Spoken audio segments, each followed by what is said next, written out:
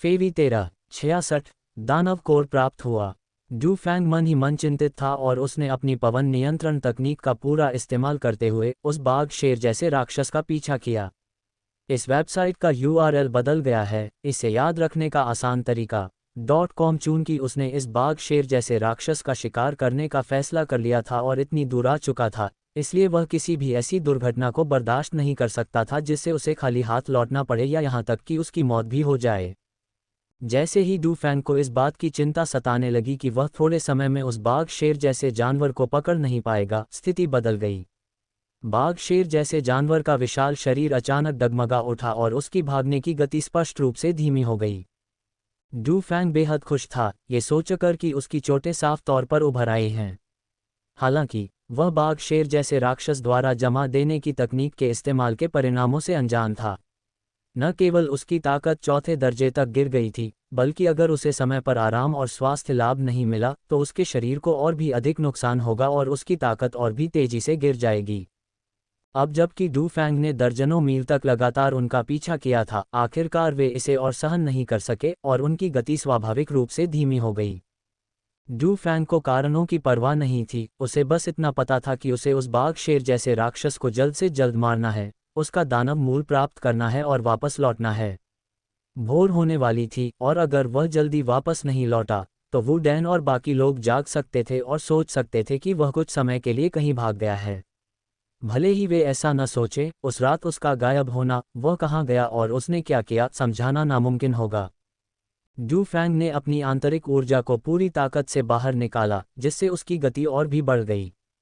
दोनों ओर के ऊंचे पेड़ सरसराहट के साथ पीछे हट गए और उसके चेहरे पर लग रही तेज हवा से उसके गालों में हल्की जलन होने लगी।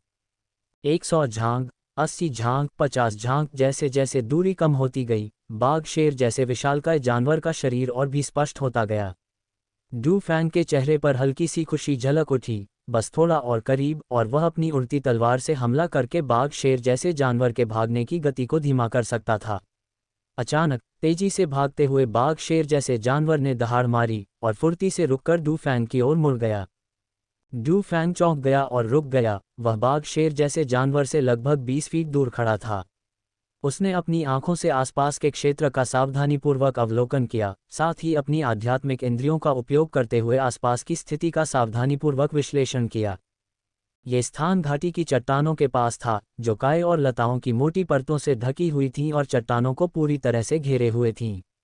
जिस स्थान पर वे खड़े थे वह एक छोटा सा मैदान था और लगभग 100 फीट आगे एक विशाल झील थी, जो रात में लगभग चकाचौंध कर देने वाली सफ़ेद रोशनी से जगमगा रही थी। शेर बाण जैसे दिखने वाले उस विशालकाय जीव ने द फैंग को गुस्से और नाराजगी से भरी निगाहों से घूरा। वह कभी कभार ही अपनी गुफा से बाहर घूमने निकलता था, इस बार वह कुछ ज्यादा ही आगे बढ़ गया था और इसी वजह से उसका सामना एक ऐसे मानव साधक से हुआ जिसकी शक्ति उसके बराबर थी। इसके चलते उसे अपना अपरिपक्व हिमांक मंत्र इस्तेमाल करना पड़ा और उसे गंभीर चोटें आईं। अगर मैं अभी भी छोटी न होती और हिमांक मंत्र की असली शक्ति का इस्तेमाल करने में असमर्थ न होती, तो मैं उस इंसान को इस तरह मुझ पर अत्याचार करने की इजाज़त कैसे दे सकती थी। जब मेरे पिता ने हिमांक मंत्र का प्रयोग किया तो सैकड़ों फीट के दायरे में सब कुछ बर्फ में बदल गया। अंततः उस व्यक्ति को बुरी तरह घायल करने और भागने की तैयारी करते हुए अचानक एक और प्रकट हुआ। यद्यपि वह कमज़ोर था, उसकी अपनी शक्ति भी कम हो गई थी और वह भी घायल था, इसलिए वह पहले वाले का मुकाबला नहीं कर सका। वह अपनी पूरी ताकत से गुफा के पास तक दौड़ा, लेकिन आगे दौड़ने के लिए वह बहुत थक चुका था। लाइग गुस्से से दहाड़ा, उसे समझ नहीं आ रहा था कि इंसान उसे क्यों चोट पहुंचाएंगे। ऐसा लग रहा था मानो उसके पिता के मरते समय कहे गए शब्द सचमुच सही थे। इंसान लालची और तृप्त न होने वाले प्राणी हैं और उन पर कभी भरोसा नहीं करना चाहिए। डू फैंग ने शांत और सावधानीपूर्वक टाइगॉन नामक राक्षस का अवलोकन किया। उसका मन ये जानने की कोशिश में लगा हुआ था कि टाइगॉन राक्षस ने यहाँ रुकने का चुनाव क्यों किया और वह अपने अंदर कौन से रहस्य छुपाए हुए है।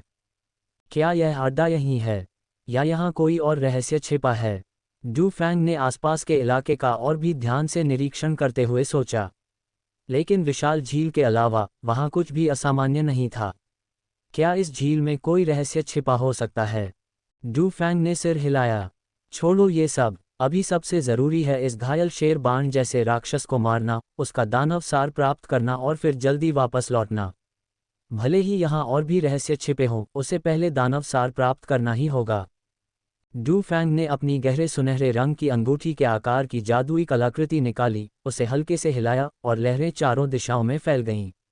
अपने शरीर में प्रचुर मात्रा में वास्तविक ऊर्जा का अनुभव करते हुए डू फैंग ने हल्की सी सांस छोड़ी, बाघ शेर जैसे जानवर को देखकर मुस्कुराया और बुदबुदाया, मैंने तुम्हारे दानव मूल के लिए बहुत बड़ा जोखिम उठाया, इसलिए मुझे खेद है।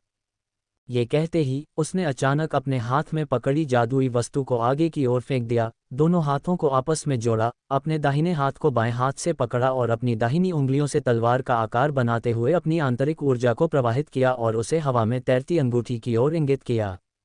पल भर में तलवार वाली उंगली से एक आध्यात्मिक ऊर्जा उस वस्तु में प्रवेश कर गई और ऊर्जा के प्रवेश करते ही अंगूठी जोर से कांप उठी, फिर अचानक अपने सामने खड़े बाघ शेर जैसे जानवर की ओर अत्यंत तीव्र गति से उड़ गई। हौंफते हुए बाघ शेर जैसे उस विशालकाय जीव ने उड़ती हुई जादुई वस्तु को देखा। उसके विशाल शरीर ने बड़ी कुशलता से डू फैंग के अंगूठी के हमले को चकमा दिया। नहीं, जैसे ही उसका हमला चूका, अंगूठी अचानक घूमकर वापस टाइगॉन दानव पर फिर से टूट पड़ी।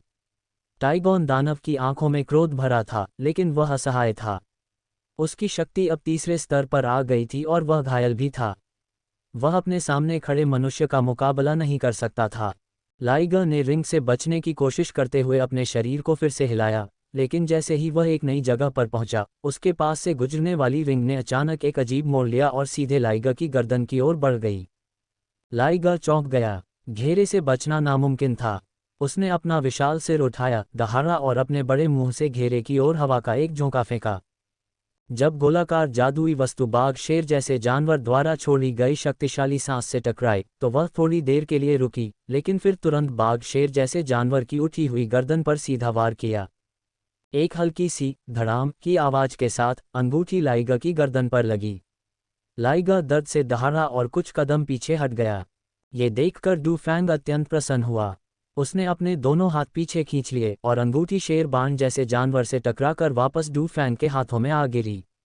इस प्रहार से शेर बाण जानवर और भी गंभीर रूप से घायल हो गया और उसके मुंह के कोने से खून लगातार बहता हुआ तेजी से जमीन पर टपक रहा था। शांत रात में डू फैंग को खून के टपकने की टैप टैप टैप की आवाज सुनाई दे रही थी। टाइगॉन की गहरी शोकपूर्ण दहाड़ घाटी के जंगल में गूंज उठी। उसे महसूस हो रहा था कि उसकी जीवन शक्ति तेजी से क्षीण हो रही है। बड़ी मुश्किल से उसने अपना सिर घुमाया, बाईं ओर की चट्टान पर एक नज़र डाली, फिर वापस मुड़कर अपने सामने खड़े इंसान को गुस्से से घूरने लगा। धीरे धीरे उसने अपनी आंखें बंद कर लीं और उसका विशाल शरीर अंततः धड़ाम की आवाज़ के साथ दाईं ओर गिर पड़ा। टाइगन का विशालकाय शरीर जमीन पर गिर पड़ा, जिससे डू फैंग को अपने पैरों के नीचे कंपन महसूस हुई। टाइगन को आखिरकार गिरते देख उसके दिल से एक बोझ उतर गया। हालांकि एहतियात के तौर पर उसने कुछ देर और इंतजार किया ताकि यह सुनिश्चित हो सके कि टाइगॉन सचमुच मर चुका है। फिर वह उसके पास गया, अपनी लंबी तलवार निकाली और उसे टाइगॉन के पेट के निचले हिस्से में घोंप दिया। इसके बाद एक झटके में उसने टाइगॉन के शरीर के अंदरूनी हिस्से को उजागर कर दिया। सफ़ेद रोशनी से जगमगाता एक दानव केंद्र डू फैंग के सामने प्रकट हुआ। डू फैंग धीरे से नीचे बैठा, हाथ बढ़ाकर उसे बाहर निकाला और ध्यान से उसकी जांच की। ये दानव केंद्र अंडे के आकार का अंडाकार था और उस पर एक हल्का सफ़ेद प्रभामंडल था। छूने पर यह कुछ ठंडा सा महसूस हुआ। पाठकों के लिए एक नोट, कृपया हर दिन पढ़ने से पहले या बाद में इसे लाइक करें। आपका समर्थन ही मेरी सबसे बड़ी प्रेरणा है। धन्यवाद। गुफा की खोज। डू फैंग ने चौड़ी मुस्कान बिखेरी। 5वें स्तर का दानव कोर। अगर वू डैन और बाकी लोग या यहाँ तक कि संप्रदाय के बड़े बुजुर्ग या अन्य योद्धा स्तरीय विशेषज्ञ भी इसके बारे में जानते तो वे चौंक जाते और ईर्ष्या करते। हालांकि संप्रदायों की दुनिया में हत्या और लूटपाट आम बात है। अगर दूसरों को ऐसे खजाने के बारे में पता चल जाए तो मुसीबत ही आएगी। डू फैंग इस सिद्धांत से भली भांति परिचित है कि आम आदमी निर्दोष होता है, लेकिन खजाना रखना अपराध है। संतुष्ट होकर डू फैंग ने बाघ शेर जैसे जानवर के दानव मूल को अपने थैले में रखा और उठकर वापस जाने के लिए मुड़ा। हालांकि एक कदम चलने के बाद ही वह रुक गया, क्योंकि उसे वह स्थान याद आ गया जहां बाघ शेर जैसे जानवर ने मरने से पहले मुड़कर देखा था। डू फैंग ने भौहें चढ़ाईं, पीछे मुड़ा और आगे देखा। मरने से पहले उस शेर जैसे जानवर ने उसी जगह को देखा था, लेकिन वहां चट्टान के सिवा कुछ भी नहीं था। मरने से पहले वह बाघ किस चीज को देख रहा था? क्या यहाँ कोई ऐसी चीज थी जिसे वह बहुत पसंद करता था? डू फैंग गहरी सोच में डूब गया। डू फैंग ने अपना सिर फिर से उठाया और उस दिशा में देखा जिधर बाघ शेर जैसा जानवर देख रहा था। जो दिखाई दिया वह घाटी के किनारे पर स्थित एक खड़ी चट्टान थी, जो मोटी लताओं से ढकी हुई थी और उनके बीच बीच में कुछ अलग अलग प्रकार के पेड़ उग रहे थे।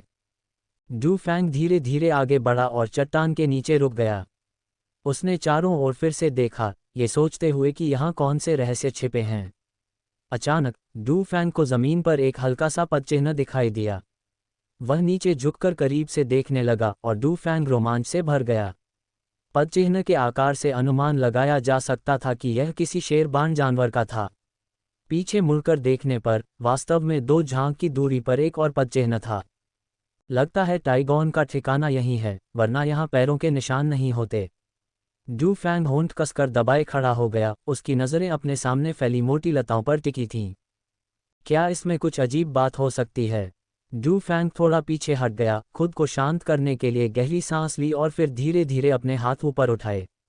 अचानक उसकी हथेलियों से एक आध्यात्मिक ऊर्जा निकली और सामने की चट्टान से टकरा गई। जब वास्तविक ऊर्जा चट्टान से टकराई तो उसका केवल एक छोटा सा हिस्सा ही वापस उछला, जिससे डू फैंग थोड़ा पीछे हट गया।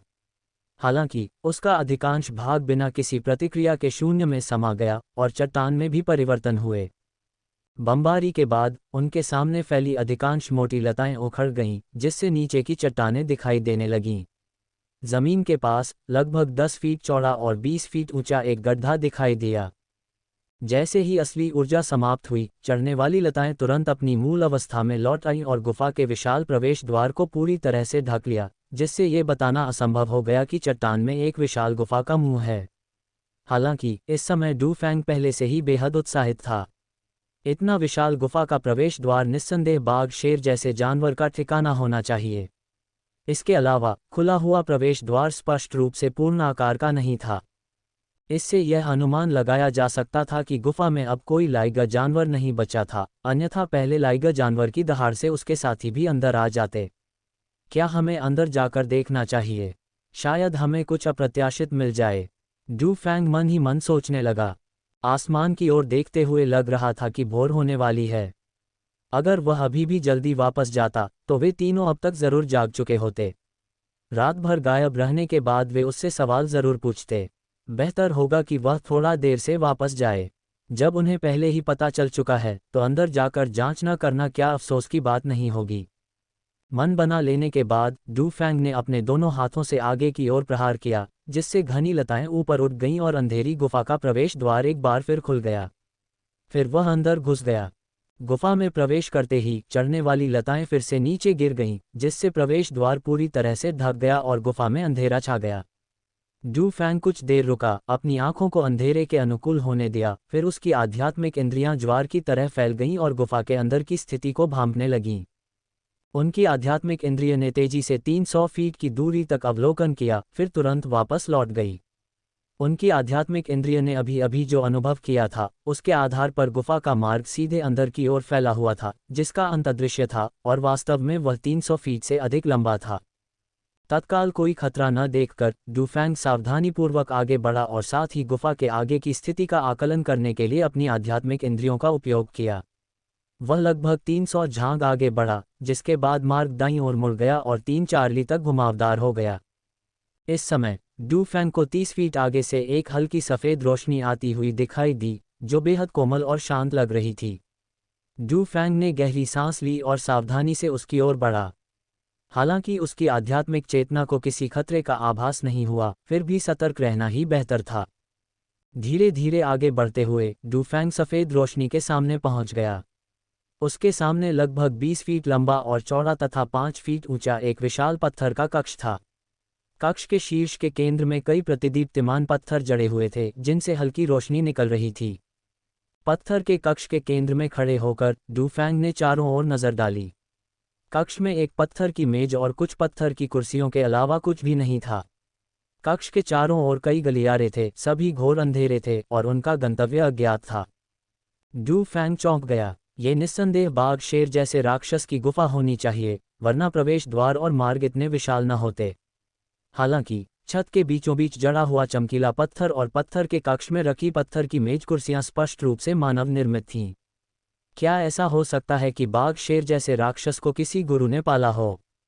या फिर यहाँ रूपांतरण अवस्था में या उससे ऊपर का कोई दानव राक्षस मौजूद है?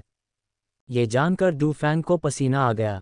रूपांतरण अवस्था में एक राक्षसी जानवर, ये तो युद्ध देवता के समकक्ष है। किंगयुआन संप्रदाय के वर्तमान नेता यांग किंगफेंग तो केवल एक उच्च स्तरीय योद्धा हैं, और उनके पूर्वज तो केवल एक निम्न स्तरीय सेनापति थे। हालांकि अगर सचमुच कोई रूपांतरित राक्षसी जीव या अन्य शक्तिशाली प्राणी वहां मौजूद होते, तो वे उस बाघ शेर जैसे जानवर को बचाने के लिए अब तक प्रकट हो चुके होते। संभवतः अगर वे होते भी, तो वे या तो अब तक मर चुके होते या इस पत्थर के कक्ष में नहीं होते। डू फैंग को थोड़ी राहत मिली। अब जब वह यहाँ आ ही गया था, तो खाली हाथ नहीं जा सकता था, उसे खजाने की सावधानीपूर्वक खोज करनी ही थी। वह मुड़ा और सबसे बाईं ओर वाले रास्ते की ओर चल पड़ा। ये रास्ता ऊंचाई और चौड़ाई दोनों में काफ़ी छोटा था, केवल 10 फीट से थोड़ा अधिक ऊंचा और 10 फीट से कम चौड़ा। लगभग 100 फीट तक घुमावदार रास्तों पर चलने के बाद उनके सामने एक और पत्थर का कक्ष दिखाई दिया। ये कक्ष बाहर वाले कक्ष से काफ़ी छोटा था, केवल 2 फीट से थोड़ा अधिक ऊंचा और लगभग 10 फीट लंबा और चौड़ा था। ये कक्ष खाली था, इसमें न तो कोई पत्थर की मेज थी और न ही कोई कुर्सी। वहां कुछ भी न होने की सावधानीपूर्वक पुष्टि करने के बाद डू फैंगवेई कुछ निराश हुआ। वह मुड़ा और बड़े पत्थर के कक्ष में लौट आया और दूसरे मार्ग में प्रवेश किया। दूसरा मार्ग और भी छोटा था, 10 फीट से भी कम ऊंचा और 7 फीट चौड़ा। डू फैंग लगभग 70-80 फीट तक उस मार्ग पर चला और फिर एक छोटा पत्थर का कक्ष दिखाई दिया। ये केवल 10 फीट ऊंचा और 5 फीट चौकोर था। इस पत्थर के कक्ष में कई चमकीली पत्थर जड़े हुए थे, जिनसे हल्की रोशनी निकल रही थी। पत्थर के कक्ष के दाहिनी ओर एक पत्थर का पलंग था। बाएं कोने में एक पत्थर की मेज और एक पत्थर की कुर्सी थी। जब डू फैंग ने पत्थर की मेज देखी, तो उसकी पलकें फड़कने लगीं, आंखें सिकुड़ गईं और दिल की धड़कन तेज हो गई। पत्थर की मेज पर एक वस्तु थी जो किसी जानवर की खाल जैसी लग रही थी। डू फैंग तुरंत आगे बढ़ा और जानवर की खाल उठा ली। ये किसी अज्ञात राक्षस की खाल थी, जिस पर घनी लिखावट थी। स्वर्ग और पृथ्वी तलवार तकनीक। जब डू फैंग ने पशु की खाल पर लिखे शब्द देखे, तो उसका दिल फिर से जोर से धड़कने लगा और उत्साह से उसका चेहरा लाल हो गया। पशु की खाल पर लिखे शब्द वास्तव में मानवीय भाषा में थे और पहली पंक्ति में लिखा था, स्वर्ग और पृथ्वी तलवार तकनीक। स्वर्ग और पृथ्वी तलवार तकनीक। क्या ये तलवार पर आधारित कोई मंत्र है? डू फैंग का दिल जोर से धड़कने लगा और उसने पढ़ना जारी रखा। स्वर्ग और पृथ्वी तलवार तकनीक का सृजन ताई संप्रदाय के शिष्य यचेनजी ने किया था। पता चला कि यचेनजी तियानवु साम्राज्य के सर्वोपरि संप्रदाय ताई संप्रदाय के शिष्य थे। उन्हें तलवारबाजी, शस्त्र निर्माण और रसायन शास्त्र का व्यापक ज्ञान था। जब उनकी साधना युद्ध देव स्तर तक पहुंची, तो उन्होंने अंततः स्वर्ग और पृथ्वी तलवार तकनीक के 7 रूपों को पूर्ण किया और उन्हें यहाँ दर्ज किया। यचेनजी ने अपनी सभी अलौकिक क्षमताओं को रिकॉर्ड किया और उन्हें इस गुफा में छोड़ दिया। फिर वह महाद्वीप के अन्य भागों का पता लगाने के लिए तियानवु साम्राज्य छोड़कर चले गए। स्वर्ग और पृथ्वी तलवार तकनीक के 7 रूप हैं: स्वर्गीय जाल, अंधकार और अंधकार, जमा देने वाली ठंड, घूमना और पलटना, ढहना और दरार पड़ना, ढहना और डूबना, और स्वर्ग और पृथ्वी को उलट देना। इन 7 तलवार तकनीकों में से पहली तकनीक को सीखने के लिए चिशोधन के 9वें स्तर की आवश्यकता होती है। दूसरी और तीसरी तकनीक को सीखने के लिए योद्धा स्तर की आवश्यकता होती है। चौथी और 5वीं तकनीक को सीखने के लिए सेनापति स्तर की आवश्यकता होती है, और छठी और 7वीं तकनीक को सीखने के लिए युद्ध देवता स्तर की योग्यता की आवश्यकता होती है। पहला वार, स्वर्गीय जाल, दुश्मन को फंसाने के लिए इस्तेमाल किया जाता है और इसमें स्वयं कोई आक्रमणकारी शक्ति नहीं होती।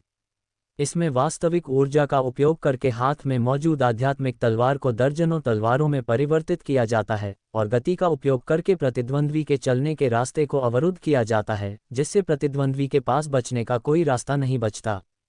दूसरे वार, अंधकार और अराजकता से लेकर 7वें वार, स्वर्ग और पृथ्वी का उलटफेर तक, सभी आक्रामक तकनीकें हैं, जिनमें से प्रत्येक पिछली तकनीक से 10 गुना अधिक शक्तिशाली है। साथ ही इनमें प्रत्येक बाद के वार की वास्तविक ऊर्जा से 10 गुना अधिक ऊर्जा की खपत होती है। इसलिए पर्याप्त साधना के बिना कोई भी इन तलवार तकनीकों का प्रयोग नहीं कर सकता। यचेनजी स्वयं एक शक्तिशाली साधक थे। एक बार उन्होंने एक महान अलौकिक प्राणी से युद्ध किया जो स्वर्ग और पृथ्वी तलवार तकनीक की पहली 5 चालों में निपुण एक नौसिखिया योद्धा था, और दोनों के बीच युद्ध बराबरी पर समाप्त हुआ। ये कहानी तियानवु साम्राज्य के संप्रदाय मंडलों में खूब प्रचलित हुई और परिणामस्वरूप ताई संप्रदाय और भी अधिक प्रसिद्ध हो गया। विचित्र बात यह है कि हालांकि यचेंजी ताई संप्रदाय से आया था, लेकिन ताई संप्रदाय में किसी ने भी स्वर्ग और पृथ्वी तलवार तकनीक नहीं सीखी थी। सदियों बाद यचेंजी अन्य देशों की यात्रा से लौटे। अज्ञात कारणों से वे ताई दाओ संप्रदाय में वापस नहीं लौटे। इसके बजाय वे एक सेवक को साथ लेकर किंग्युआन संप्रदाय से लगभग 10,000 मील दूर स्थित विशाल घाटी में एकांतवास करने चले गए। उन्होंने एक शेर बाण नामक जानवर को पालतू बनाया जो दिन रात उनके साथ रहता था। 100 वर्ष और बीत गए और यचेंजी शांतिपूर्वक इस दुनिया से विदा हो गए। जब डू फैंग ने पशु की खाल पर लिखे विवरणों को देखा तो वह यचेंजी की अलौकिक क्षमताओं से चकित रह गया। ताई संप्रदाय ने वास्तव में तियानवु साम्राज्य के नंबर 1 संप्रदाय के रूप में अपनी प्रतिष्ठा को सार्थक किया, जिसने एक ऐसे शक्तिशाली शिष्य को जन्म दिया जो उच्च स्तरीय योद्धा की शक्ति के साथ स्वर्ग और पृथ्वी तलवार तकनीक से एक शुरुआती स्तर के योद्धा देवता से लड़ सकता था और अपराजय रह सकता था। डू फैंग को यकीन ही नहीं हो रहा था कि उसे संयोग से इतनी शक्तिशाली तलवारबाजी की तकनीक मिल गई। उसने अपनी उत्तेजना को दबाया और उसका चेहरा खुशी से खिल उठा। ऐसा लगता है कि आज रात हमें जो छोटा सा बाघ जैसा जानवर मिला वह शायद यचेंजी के साथ आए बाघ जैसे जानवर का वंशज है। डू फैंग ने मन ही मन सोचा। निम्नलिखित पाठ में 7 रूपों की स्वर्ग और पृथ्वी तलवार तकनीक के अभ्यास के बारे में कुछ बुनियादी जानकारी और उस समय के यचेंजी से जुड़े कुछ किस्से शामिल थे। डू फैंग ने एकाग्रता से तकनीक को ध्यानपूर्वक पढ़ा। इस तकनीक के अनुसार इसकी वास्तविक ऊर्जा का संचार पथ सामान्य अभ्यास तकनीकों से भिन्न था। सामान्य अभ्यास तकनीकों में वास्तविक ऊर्जा मुख्य रूप से शरीर की मुख्य नसों से होकर गुजरती है और फिर दांतियान तक पहुंचती है। इस प्रकार पूरे शरीर की वास्तविक ऊर्जा का संचार और संचलन करके अलौकिक शक्तियों का प्रयोग करती है। हालांकि इस स्वर्ग और पृथ्वी तलवार तकनीक के साधना मार्ग में शरीर की कुछ सूक्ष्म नसों को शामिल करना आवश्यक है ताकि उनमें छिपी हुई वास्तविक ऊर्जा को बाहर निकाला जा सके, उसे शरीर में समाहित किया जा सके, वास्तविक ऊर्जा को बढ़ाया जा सके और तलवार तकनीक की शक्ति को अधिकतम किया जा सके। हालांकि क्योंकि ये नसें सूक्ष्म होती हैं और आमतौर पर इनमें से बहुत कम वास्तविक ऊर्जा प्रवाहित होती है, इसलिए अधिकांश लोगों की ऊर्जा स्थिर हो जाती है। इन नसों से प्रवाहित होने वाली वास्तविक ऊर्जा की मात्रा कम होती है, गति धीमी होती है और इससे असहनीय पीड़ा होती है। अधिकांश लोग इस प्रकार की पीड़ा सहन नहीं कर सकते, इसलिए बहुत कम लोग ही सफलतापूर्वक इसका अभ्यास कर पाते हैं। बेशक अगर कोई 20 साल की उम्र से पहले योद्धा क्षेत्र में प्रवेश कर लेता है, जिससे उसके शरीर की सभी नसों के विस्तार की संभावना बढ़ जाती है, तो उसकी साधना में सफलता की अधिक संभावना होती है। लेकिन 20 साल की उम्र से पहले कितने लोग योद्धा क्षेत्र में प्रवेश कर पाते हैं? कम से कम किंग्युआन संप्रदाय के 1000 से अधिक वर्षों के इतिहास में वास्तव में बहुत कम लोगों ने यह उपलब्धि हासिल की है। स्वर्ग और पृथ्वी तलवार तकनीक को विकसित करना कितना कठिन था, ये देखकर और यह जानकर कि इसे प्राप्त करने के बाद भी क्या वह इसे सफलतापूर्वक विकसित कर पाएगा, यह अनिश्चित था। उसे निराशा का अनुभव हुआ। उसका पहले का उत्साह और उमंग पल भर में ठंडा पड़ गया। अचानक डू फैंग के मन में एक विचार कौंधा। क्या ये वही गुफा है जिसमें उन्नत योद्धाओं का निवास है, जिसका जिक्र खजाना खोजने वालों ने किया था? ये तो एक नौसिखिया युद्ध देवता की गुफा है। वैसे चेंजी ने एक नौकर को लाने का जिक्र किया था। क्या ऐसा हो सकता है कि वह नौकर एक उच्च पदस्थ योद्धा रहा हो, जिसके कारण बाद की पीढ़ियों ने यह मान लिया हो कि यह गुफा किसी उच्च पदस्थ योद्धा का निवास स्थान थी? ये काफी संभव है। डू फैंग ने कीमती जानवर की खाल को सावधानीपूर्वक अपने थैले में रखा, फिर पत्थर के कक्ष के बाकी हिस्से पर नजर डाली। वहां और कुछ भी नहीं दिख रहा था। थोड़ा निराश होकर डू फैंग मुड़ा और पत्थर के कक्ष से बाहर निकलकर बाहरी हॉल में पहुंचा और तीसरे मार्ग में प्रवेश किया। तीसरा पत्थर का कक्ष आकार और बनावट में लगभग पहले वाले जैसा ही था। अंदर एक कंकाल और जानवर की खाल का एक टुकड़ा था। डू फैंग ने उसे उठाया और ध्यान से देखा। उसमें कुछ घटनाओं का विवरण था। पता चला कि यहीं यी चेंजी का सेवक रहता था। वह एक दुष्ट व्यक्ति था। यी चेंजी का उससे सामना हुआ और उन्होंने उसे दंडित करते हुए अपने संरक्षण में ले लिया। वह केवल एक उच्च कोटि का योद्धा था और कोई विशेष उपलब्धि हासिल नहीं कर सका।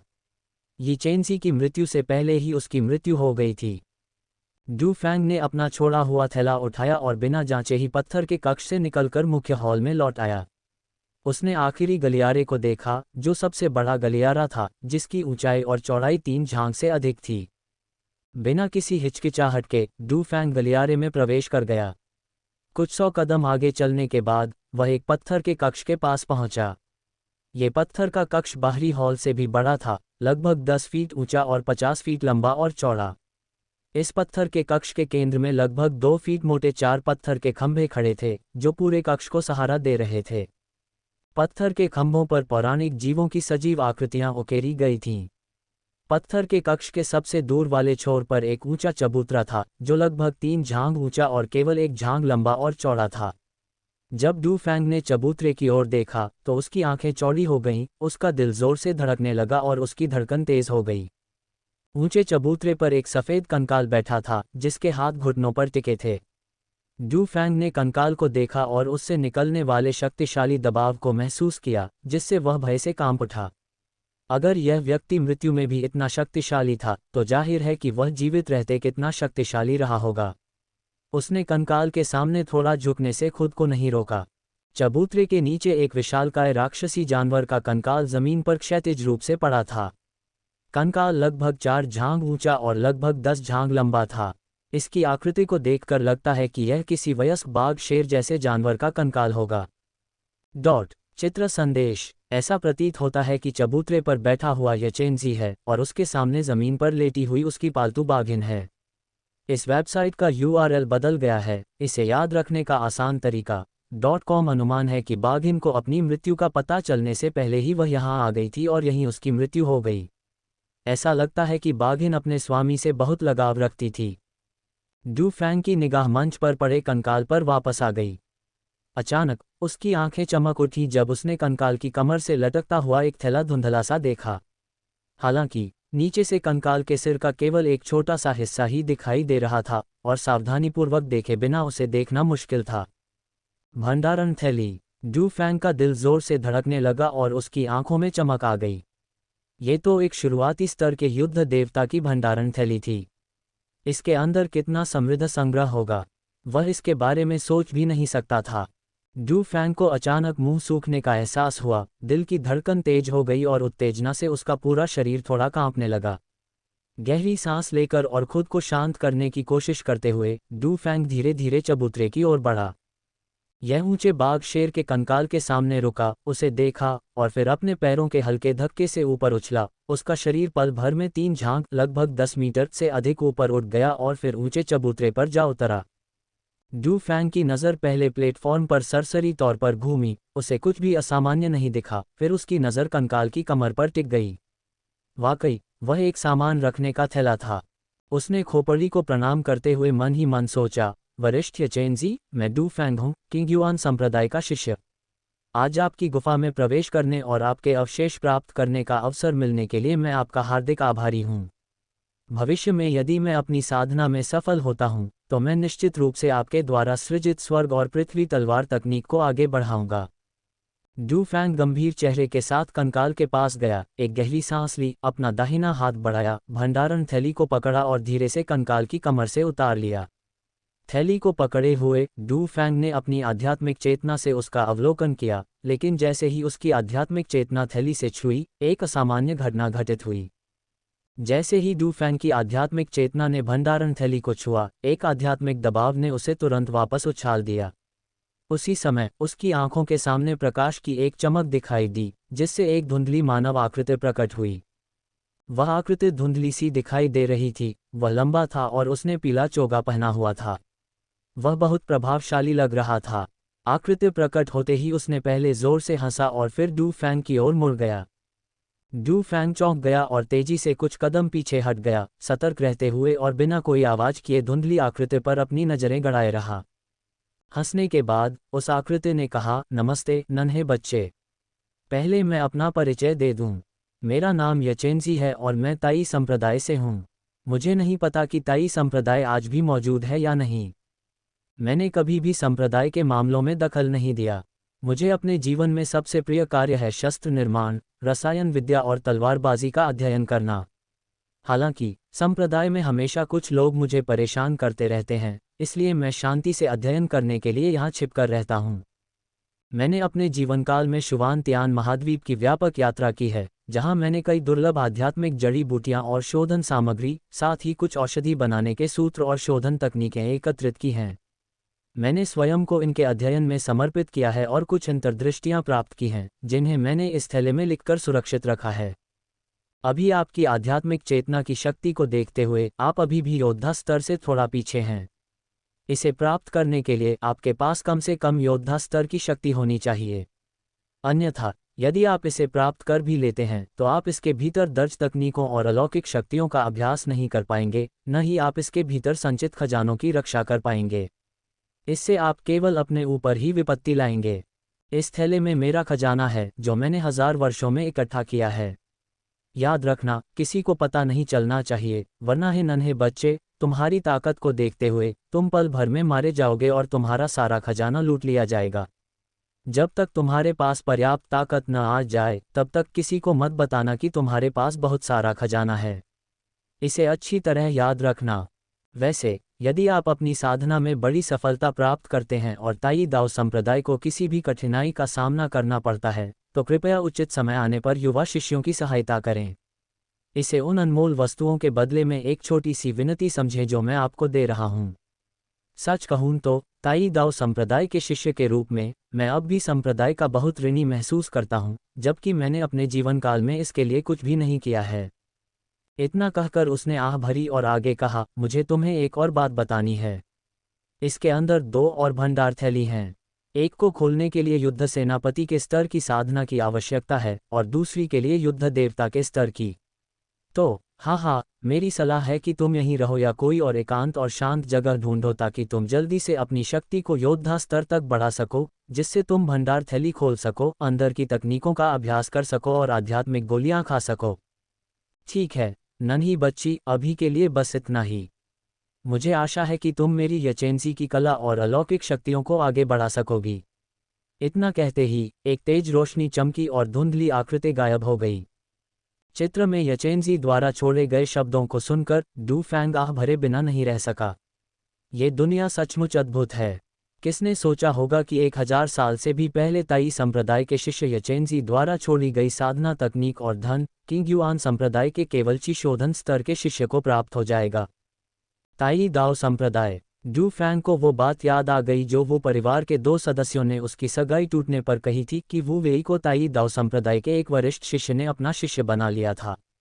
मैं भी एक दिन ताई दाओ संप्रदाय जरूर जाऊंगा और देखूंगा कि वू वेई वास्तव में कितनी प्रतिभाशाली है। कुछ देर सोचने के बाद डू फैंग ने फैसला किया कि गुफा में उसने जो कुछ देखा, सुना या सीखा है उसे वह किसी को भी नहीं बताएगा, यहाँ तक कि अपने गुरु को भी नहीं, ताकि दूसरों को पता न चले। इस संप्रदाय की दुनिया में कोई नैतिक नियम या अनुशासन नहीं है, सब कुछ शक्ति, लाभ और साधना पर आधारित है। यचेंजी ने कहा कि उसकी शक्ति अभी भी योद्धा स्तर से थोड़ी कम है।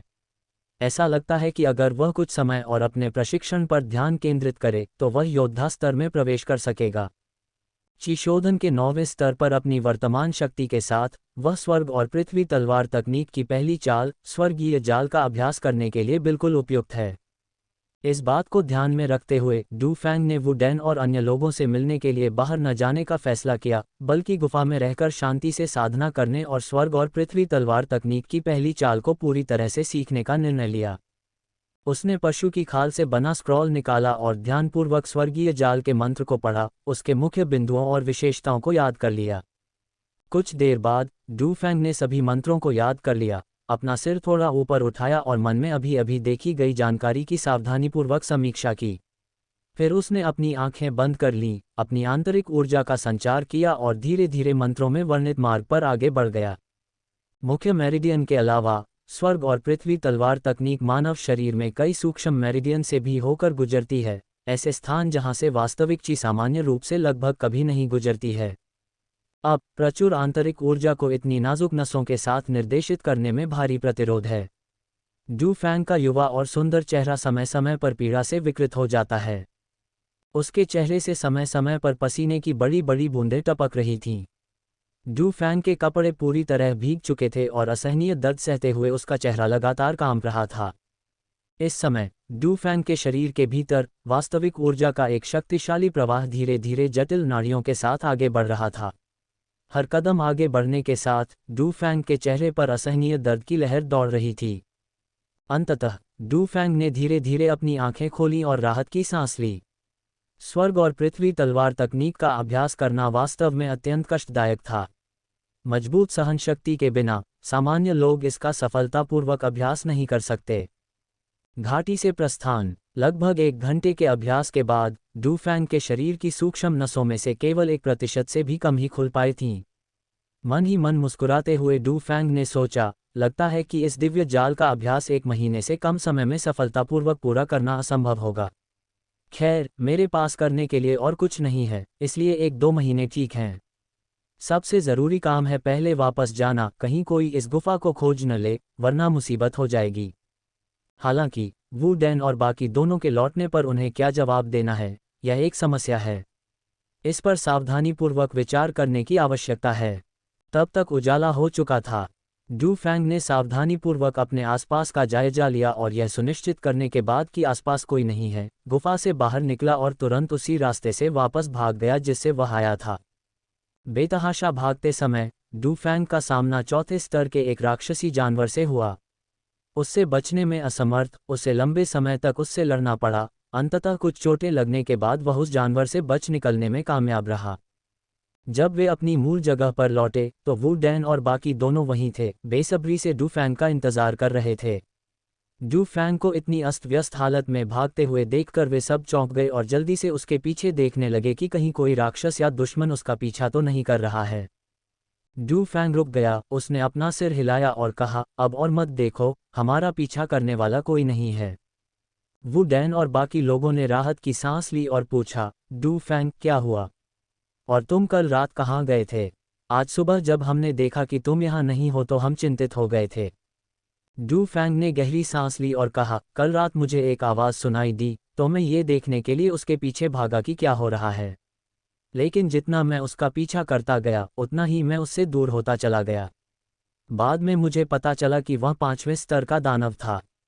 मैं इतना डर गया कि तुरंत वापस भागा, लेकिन तभी मेरा सामना चौथे स्तर के पवन भेड़िए से हो गया। हम दोनों के बीच काफ़ी देर तक लड़ाई चली, जिसके बाद आखिरकार मैं बचकर भागा, लेकिन मैं बुरी तरह घायल हो गया। इनमें से कुछ बातें सच थीं, कुछ झूठ, शुरुआत झूठी थी और अंत सच्चा। वू डैन और अन्य लोगों ने डू फैंग के शरीर पर चोटें देखकर इन बातों पर विश्वास कर लिया। जियांग नान ने पूछा, क्या आपकी चोटें गंभीर हैं? अब जबकि हम चौथे और 5वें स्तर के राक्षसी जीवों का सामना कर चुके हैं, तो क्या हमें आगे बढ़ना चाहिए? न तो वू डैन और न ही झांग कायांग कुछ बोले। वू डैन ने डू फैंग की ओर देखा और ये देखने के लिए इंतजार किया कि वह क्या कहेगा। डू फैंग ने वू डैन और बाकी दोनों पर एक नज़र डाली। वह जानता था कि वे आगे बढ़ना चाहते हैं, लेकिन उसकी ताकत पर पड़ने वाले असर को लेकर चिंतित थे, इसलिए उसने धीरे से कहा, मेरी चोटों की चिंता करने की कोई बात नहीं है। वे कुछ दिनों में ठीक हो जाएंगी। अब जब हम यहाँ आ ही गए हैं, तो कम से कम कुछ तो नतीजा निकालना चाहिए। हम बीच में ही हार नहीं मान सकते, ये कि ग्युआन संप्रदाय के शिष्य का तरीका नहीं है। इसके अलावा यहाँ तक कि चौथे दर्जे का पवन भेड़िया भी मुझे नहीं मार सका, इसलिए हम चारों मिलकर और भी कम खतरे में हैं। इसलिए मुझे लगता है कि हमें आगे बढ़ना चाहिए। वू डैन और बाकी दोनों ने सिर हिलाया। वू डैन ने कहा, जूनियर ब्रदर डू सही कह रहे हैं। मुझे भी लगता है कि हमें आगे जांच जारी रखनी चाहिए। इसलिए वे चारों सावधानीपूर्वक उस क्षेत्र में और आगे बढ़ते गए। उनकी यात्रा खतरों से भरी थी, हालांकि उन्हें कई बार राक्षसी जीवों का सामना करना पड़ा, लेकिन उनमें से कोई भी चौथे स्तर से अधिक का नहीं था। अपनी संयुक्त शक्ति से वे बाल बाल बच निकले। अगले कुछ दिनों में उन्होंने काफ़ी मात्रा में मूल्यवान औषधीय जड़ी बूटियां एकत्र कीं। हर रात डू फैंग स्वर्ग और पृथ्वी तलवार कला की पहली चाल, स्वर्गीय जाल का अभ्यास करने में अपना समय व्यतीत करता था। कुछ दिनों बाद उसने काफ़ी प्रगति कर ली। 10वें दिन अंततः उन्हें एक बड़ी समस्या का सामना करना पड़ा। सबसे पहले एक अन्य समूह एक बहुमूल्य औषधीय जड़ी बूटी को लेकर विवाद में पड़ गया और दोनों पक्षों के बीच भयंकर लड़ाई हुई। दूसरा पक्ष नानलिंग काउंटी का कोई संप्रदाय नहीं था, बल्कि वुलिंग काउंटी का एक प्रमुख संप्रदाय था। इसलिए उन्होंने किंग्युआन संप्रदाय को कोई महत्व नहीं दिया। दोनों पक्षों के बीच लंबे समय तक लड़ाई चली, जिसके परिणामस्वरूप दोनों पक्षों को चोटें आईं और किसी को भी कोई लाभ नहीं हुआ। इसके फलस्वरूप उन्होंने 2/4 स्तर के शक्तिशाली बंदरों के नेतृत्व में राक्षसी जानवरों के एक समूह को आकर्षित किया। डू फैंग और उसके 4 साथियों का समूह तुरंत घटनास्थल से भाग गया। शक्तिशाली वानर के पीछा करने से बच निकलने के बाद चारों घायल हो गए और बड़ी मुश्किल से अपनी रक्षा कर पाए। इसलिए उन्होंने वहीं रुकने, घाटी के जंगल को छोड़कर शांति नगर लौटने और चाचा चेन जिंग के लौटने का इंतजार करने का फैसला किया ताकि वे उन्हें निर्देश दे सकें। कुछ देर आराम करने के बाद वे चारों उसी रास्ते से वापस लौट आए और घाटी के जंगल को छोड़ने की तैयारी करने लगे।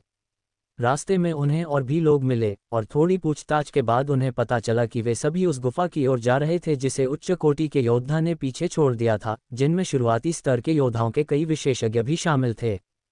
शहर लौटकर चारों उसी सराय में ठहरे। उनकी खजाने की खोज अचानक ही समाप्त हो गई थी, लेकिन सौभाग्य से उन्हें काफ़ी कुछ मिला। उन्हें कई दुर्लभ औषधीय जड़ी बूटियां प्राप्त हुईं, जो बेचने या गोलियों में परिवर्तित करने पर उपयोगी साबित होंगी। उन्हें बड़ी संख्या में दानव कोर भी मिले, जिन्हें बेचकर अच्छी मात्रा में क्यूई पुनर्पूर्ति करने वाली गोलियां खरीदी जा सकती थीं। घाटी के जंगल में छिपे खजाने के बारे में लोगों को लगातार पता चल रहा है। एक उच्च कोटि के योद्धा द्वारा छोड़ी गई गुफा जिसमें कुछ मूल्यवान वस्तुएं हैं। ये बात रिफाइनिंग के चरण में मौजूद लोगों को बेहद आकर्षित कर रही है, और यहाँ तक कि शुरुआती स्तर के योद्धाओं में भी इसकी कुछ रुचि है। इसलिए हाल के दिनों में कई लोग घाटी के जंगल में प्रवेश कर रहे हैं, जिनमें से अधिकांश रिफाइनिंग चरण के साधक हैं, और शुरुआती स्तर के योद्धाओं की संख्या बहुत कम है। डू फैंग और अन्य लोग अपने विश्राम स्थल पर ही रुके रहे और खजाने के बारे में जानकारी की तलाश करने लगे। कुछ दिनों बाद घाटी के जंगल से यह खबर फैली कि 300 से अधिक साधक खजाने की खोज में घाटी में प्रवेश कर चुके हैं। हालांकि घाटी के भीतरी इलाके में ही 50-60 लोग मारे गए। मुख्य क्षेत्र में प्रवेश करने के बाद राक्षसों के हमलों और गुटों के आपसी संघर्ष में और भी अधिक लोग मारे गए। आधे से अधिक साधकों ने मुख्य क्षेत्र में ही अपनी जान गंवाई। हालांकि घाटी के मुख्य क्षेत्र में 1 महीने की खोजबीन के बाद कई साधकों को अंततः गुफा मिल गई, लेकिन अंदर 2 लोगों और 1 जानवर के शवों के अलावा और कुछ नहीं था।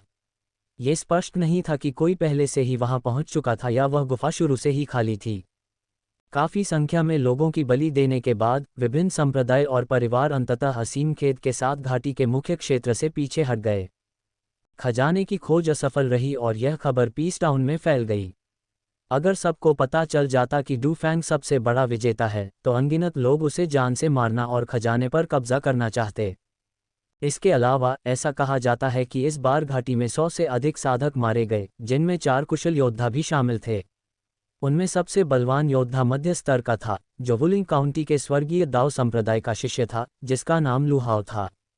वुलिंग काउंटी का स्वर्गीय दाओ संप्रदाय। डू फैंग मन ही मन सोचने लगा, तो जिस स्वर्गीय दाओ संप्रदाय के शिष्य को उसने मारा था, उसका नाम लुहाओ था। किसने सोचा होगा कि स्वर्गीय दाओ संप्रदाय का एक मध्यम स्तर का योद्धा विशेषज्ञ केवल 9वें चरण के चिशोधन शिष्य के हाथों मारा जाएगा। ये हास्यास्पद है कि इन लोगों ने सोचा कि उसे किसी अज्ञात उच्चस्तरीय राक्षसी जानवर ने मारा था। 1 महीना जल्दी बीत गया। डू फैंग ने प्रतिदिन स्वर्गीय जाल तकनीक का अभ्यास किया। यद्यपि यह प्रक्रिया अत्यंत कष्टदायी थी, फिर भी उन्होंने बड़े धैर्य से इसे सहन किया और उल्लेखनीय प्रगति की। उनका अनुमान था कि वे कुछ ही दिनों में इस तकनीक में महारत हासिल कर लेंगे। उस दिन चेन जिंग किंग्युआन संप्रदाय से लौटा।